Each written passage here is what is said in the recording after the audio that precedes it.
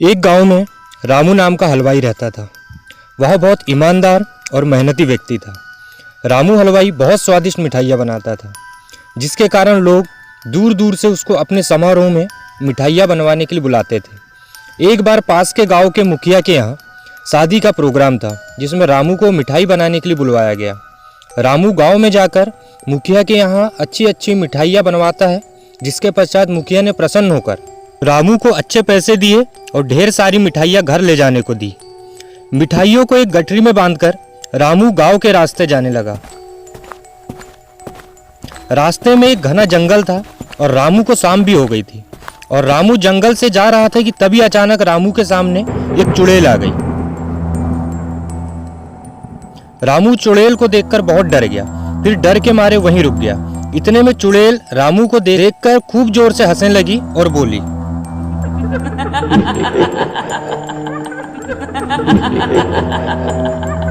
अच्छा हुआ जो तू आ गया। मैं बहुत दिनों से भूखी थी। मैं यहाँ से आने जाने वालों को देख रही थी और तू इतने में आ गया। अब तू मेरा भोजन बनेगा। डरते हुए रामू बोला, यदि आप मुझे खा लोगी तो मैं कभी भी अपने गांव नहीं जा पाऊंगा, और मैं गांव में नहीं जाऊंगा तो लोग समझ जाएंगे कि मैं इस जंगल से आया था और तुमने मुझे खा लिया। तो तुम्हें हमेशा ही भूखा रहना पड़ेगा। यदि मैं तुम्हें अपने बदले खाने के लिए कुछ दे दूं तो। रामू की बात सुनकर चुड़ैल बोली, तू क्या दे सकता है खाने में जिससे मेरी भूख शांत हो जाए? तू मेरा पेट नहीं भरवा सकता। तो फिर रामू ने गठरी में बंधी हुई ढेर सारी स्वादिष्ट मिठाइयाँ चुड़ैल को दे दी।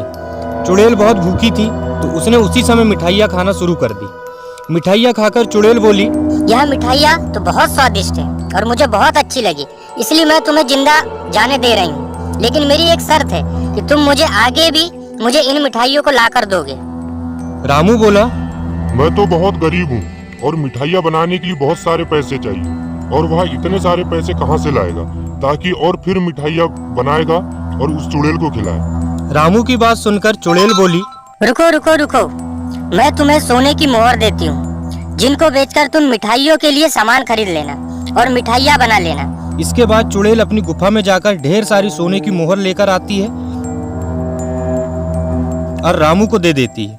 रामू सोने की मोहर देखकर आश्चर्यचकित रह जाता है और वह चुड़ैल से मिठाई लाने का वादा करके अपने घर चला जाता है।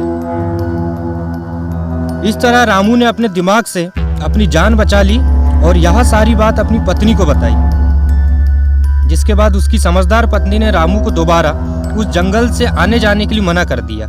इस तरह रामू की जान भी बच गई और रामू ने सोने के सिक्कों को बेचकर अपना जीवन अच्छी तरह से जीने लगा। लेकिन रामू और उसकी पत्नी की बातों को उसके घर पर दूध देने वाला ग्वाले ने सुन लिया।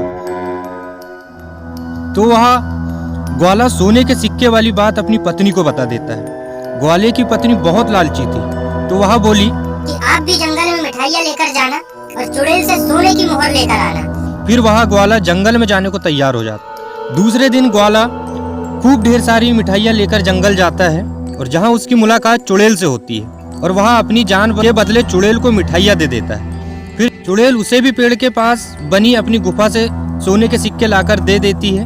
ग्वाला भी सोने के सिक्के लेकर बहुत खुश होता है, जिसके पश्चात ग्वाला सोने के सिक्के लेकर घर आता है। तो वह अपनी पत्नी को बताता है कि चुड़ैल ने एक पेड़ की गुफा में उसे सोने के सिक्के लाकर दिए थे। जिसके पश्चात ग्वाले की लालची पत्नी ने कहा कि वह पेड़ को काटकर एक ही बार में सारे सोने के सिक्के निकाल ले। अपनी पत्नी की बात वह मान गया और वह जंगल की ओर उसी पेड़ के किनारे पर चले गया।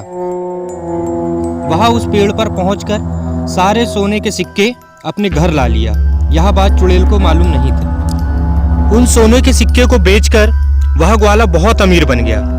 जब यह बात पूरे गांव वालों को मालूम हुई तो उन्होंने सोचा कि यह एकदम से रातों रात गरीब कैसे बन गया। तो उन्होंने ग्वाले से पूछा कि भाई तुम्हारी इस तरक्की का राज क्या है। तो ग्वाला ने उस चुड़ैल वाली बात का जिक्र नहीं किया और अपनी बात छुपा ली और वहां से चले गया।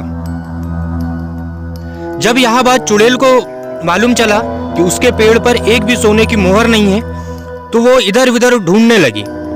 ढूंढते ढूंढते उसको याद आया कि यह काम उस ग्वाले का तो नहीं है। वह गांव की ओर उस ग्वाले के घर जाने लगती है। जब वह ग्वाले के घर पहुंचती है तो देखती है कि ग्वाला और उसकी पत्नी सोए हुए हैं। वह पूरे घर में सोने की मोहर को ढूंढने लगती है। उसे सोने की मोहर दिख जाती है, लेकिन ढूंढते ढूंढते सुबह हो जाती है। इसलिए वह उस घर से निकलकर जंगल की ओर चले जाती है। चुड़ैल रात होने का इंतजार करती है। इधर ग्वाले और उसकी पत्नी जागकर उठ गए।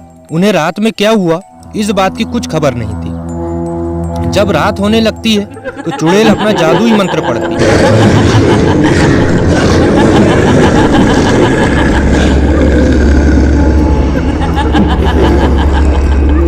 इस मंत्र के कारण सोए हुए ग्वाले और उसकी पत्नी अपने आप चलने लगते हैं।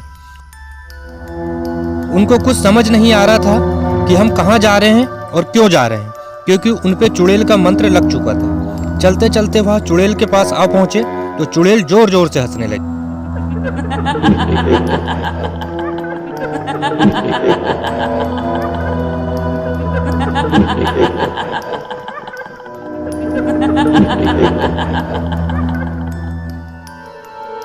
क्यों रे ग्वाले, तूने तो मुझे बेवकूफ बना दिया। मैंने तो तुझसे सिर्फ मिठाइयाँ की मांग की थी, जिसके साथ मैं रोज तुम्हें सोने के सिक्के देती, लेकिन तुम तो कितने लालची हो, जो मेरी जैसी चुड़ैल को ही बेवकूफ बना दिया। अब तो तुम मरोगे।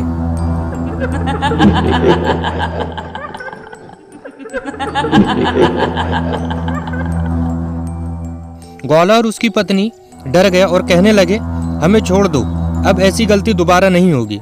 चुड़ैल और जोर जोर से हंसने लगी।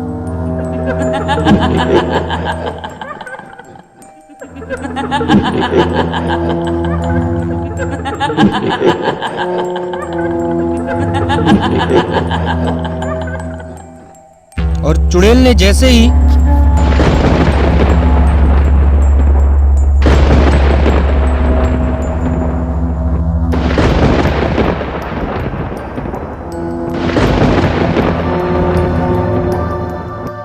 इसके आगे की कहानी पार्ट 2 में।